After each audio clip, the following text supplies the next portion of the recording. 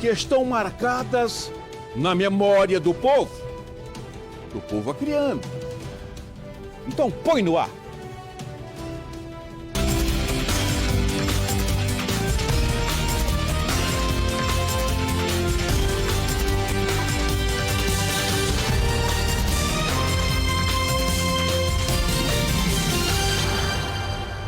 Nas últimas 3 décadas, a história do Acre pôde ser vista na TV Gazeta. Capítulos contados diariamente pelas equipes de reportagem. Dentre as milhares de notícias e inúmeras reportagens, algumas delas se destacam e tornam-se atemporais. Para ajudar a relembrá-las, recorremos não a sites ou aplicativos de buscas, mas sim à memória dos telespectadores. O Antônio lembrou daquele que é tratado como o maior acidente aéreo do estado, o voo 4823 da Rico Linhas Aéreas, que decolou de Cruzeiro do Sul com destino a Rio Branco no dia 30 de agosto de 2002, mas não completou o trajeto. 23 pessoas morreram, 8 sobreviveram. E vitimou o senhor Delfonso Cordeiro e a dona Arlete e o Maciel. Morreu o João Melo e vitimou mais pessoas, só que os outros, infelizmente, eu não conhecia, eu só conhecia esses 3. E o seu João Garapa e o Manu Camilinha, que ficaram feridos. O Manu Camilinha, depois disso, nunca mais ele andou de avião. Ele disse, vou para ele ir para Manaus de avião, ele vai de pé. Quando eu chegar em casa, eu assisti por a TV Gazeta. E sou ouvinte da TV Gazeta até hoje. Tem 17 anos que eu moro aqui em Rio Branco e todo dia eu assisto a TV Gazeta. O acesso até o local era difícil por causa do mau tempo. A forte chuva deixou o ramal intransitável. Muitos carros atolaram, o que dificultou o resgate das vítimas. Só algumas caminhonetes conseguiram chegar até o avião. No local, muitos corpos espalhados. A preocupação maior era com os sobreviventes. Naquela noite chuvosa, a repórter Paula Costa precisou mudar o roteiro para acompanhar o caminhão do Corpo de Bombeiros que seguia para o local do acidente, no ramal da Chapada, zona rural de Rio Branco. A matéria desse acidente aéreo foi a que mais me abalou emocionalmente.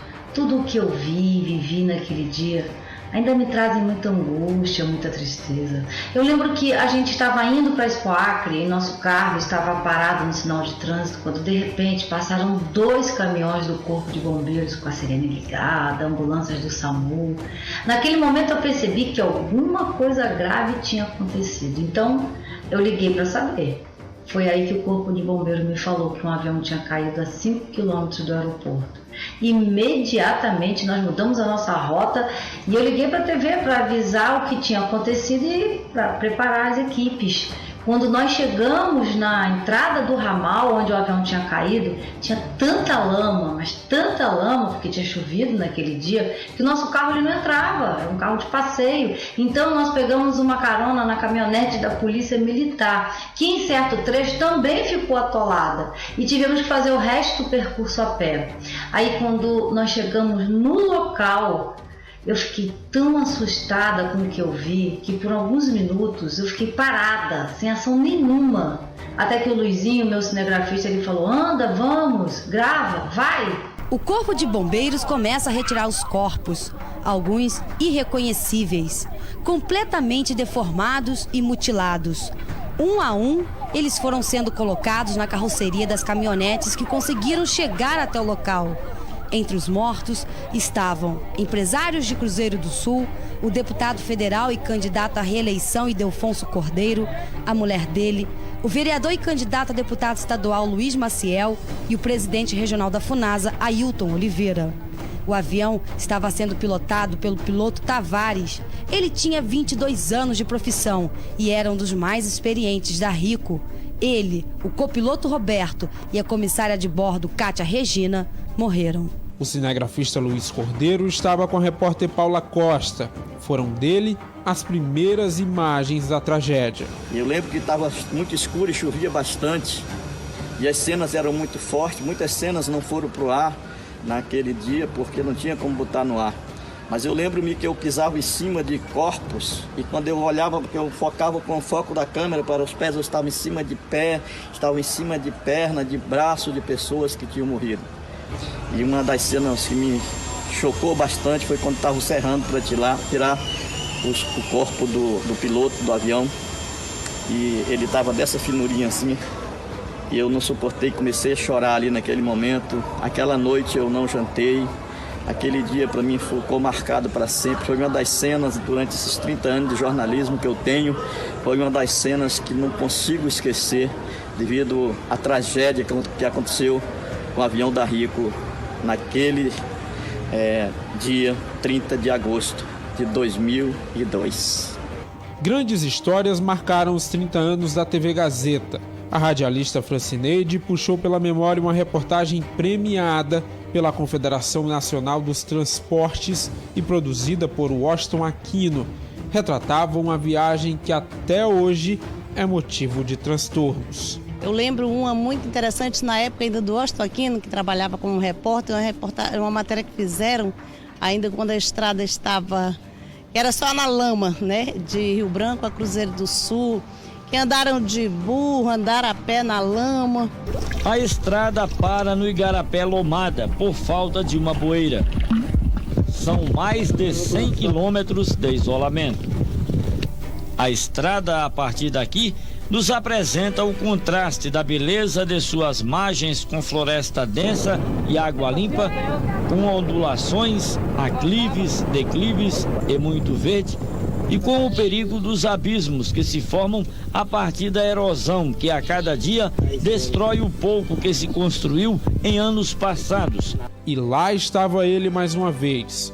O repórter cinematográfico Luiz Cordeiro participou da aventura que durou 22 dias. Não existia estrada, realmente era um varadouro, onde a gente abria caminho para passar com os animais através de facão. Ali encontramos crianças enfermas, crianças doentes, ali encontramos pessoas sofridas, ali encontramos pessoas que estavam perdidas no tempo, ali encontramos pessoas que eram levadas de rede, né, nos varadouros, atrás de recursos, atrás de saúde pública, e então era um sofrimento muito grande para aquela população, para aquele povo que morava às margens da BR-364. Gastamos 22 dias de Rio Branco a Cruzeiro do Sul e foi uma matéria muito gratificante para a gente, até porque chamou a atenção do governo para que o governo agisse para pelo menos abrir a estrada naquele primeiro momento, isso em 1995. Onde passa carro, são transportadas também em redes pessoas doentes, como o agricultor João Ramírez, com um tumor no corpo. Dona Maria Hélia nos leva a 1992, ano da morte de Edmundo Pinto, então governador do estado, assassinado em um hotel em São Paulo. A do Edmundo Pinto, a gente sabe que foi uma coisa, né, que foi ruim demais, né? Ali eu sei que ele não merecia aquilo, né? Aí eu sei que não foi, aquilo não foi certo. A viatura do Corpo de Bombeiros já estava aguardando no pátio do aeroporto. Então, logo o caixão foi colocado sobre o caminhão, foi dado início ao cortejo. Toda a emoção da chegada do corpo à sede do Tribunal de Justiça do Acre e do velório foi registrada pelo cinegrafista Raimundo Afonso e relatada pelo saudoso repórter Jorge Said.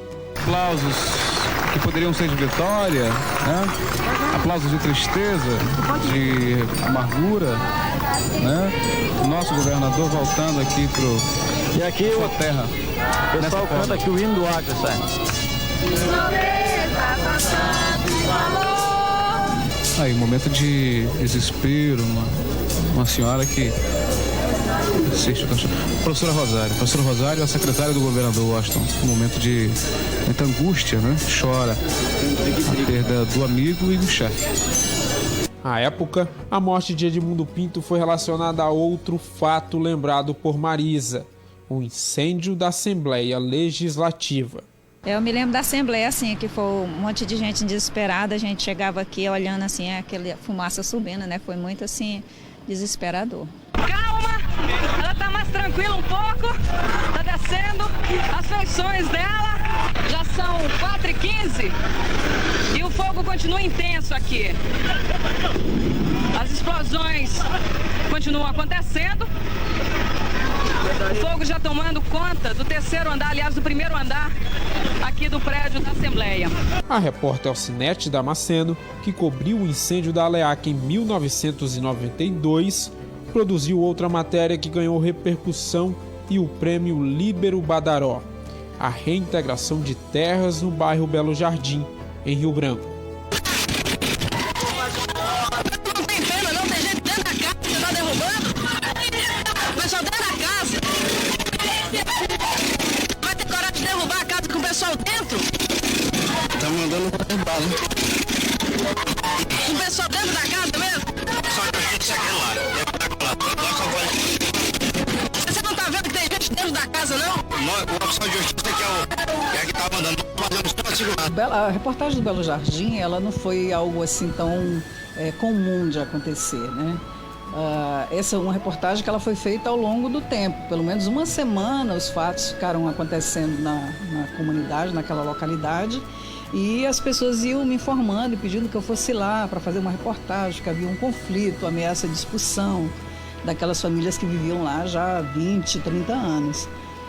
E aconteceu que num domingo, um final de semana, foi quando derrubaram árvores no caminho e ameaçaram atear fogo nas casas. E eu peguei uma motocicleta que eu tinha, vim aqui na TV, forçamos a abertura de uma das portas para pegar um equipamento.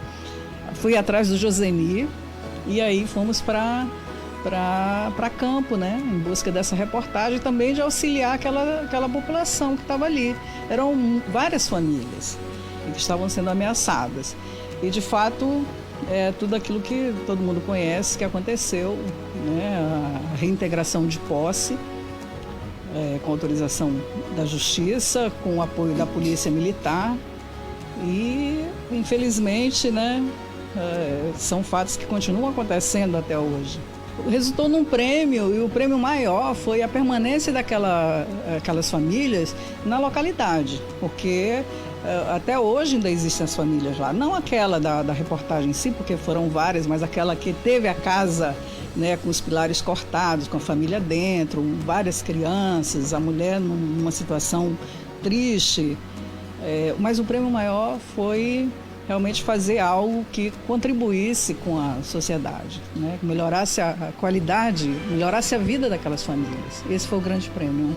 Eu estava chegando aqui, vão derrubar sua casa. A senhora mora com quantos filhos aqui? Estou com 5 filhos. Meu esposo está no hospital e eu acho que ele já está até operado essa hora. Eu que não tenho para onde ir. E agora, se ele derrubar minha casa, para onde é que eu vou, meu Deus?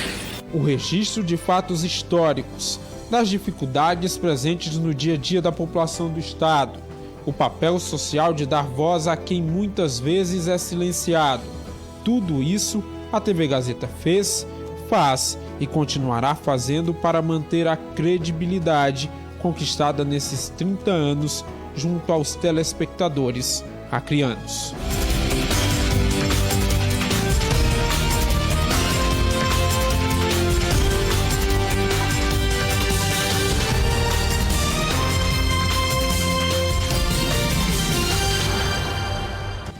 Reportagens inesquecíveis,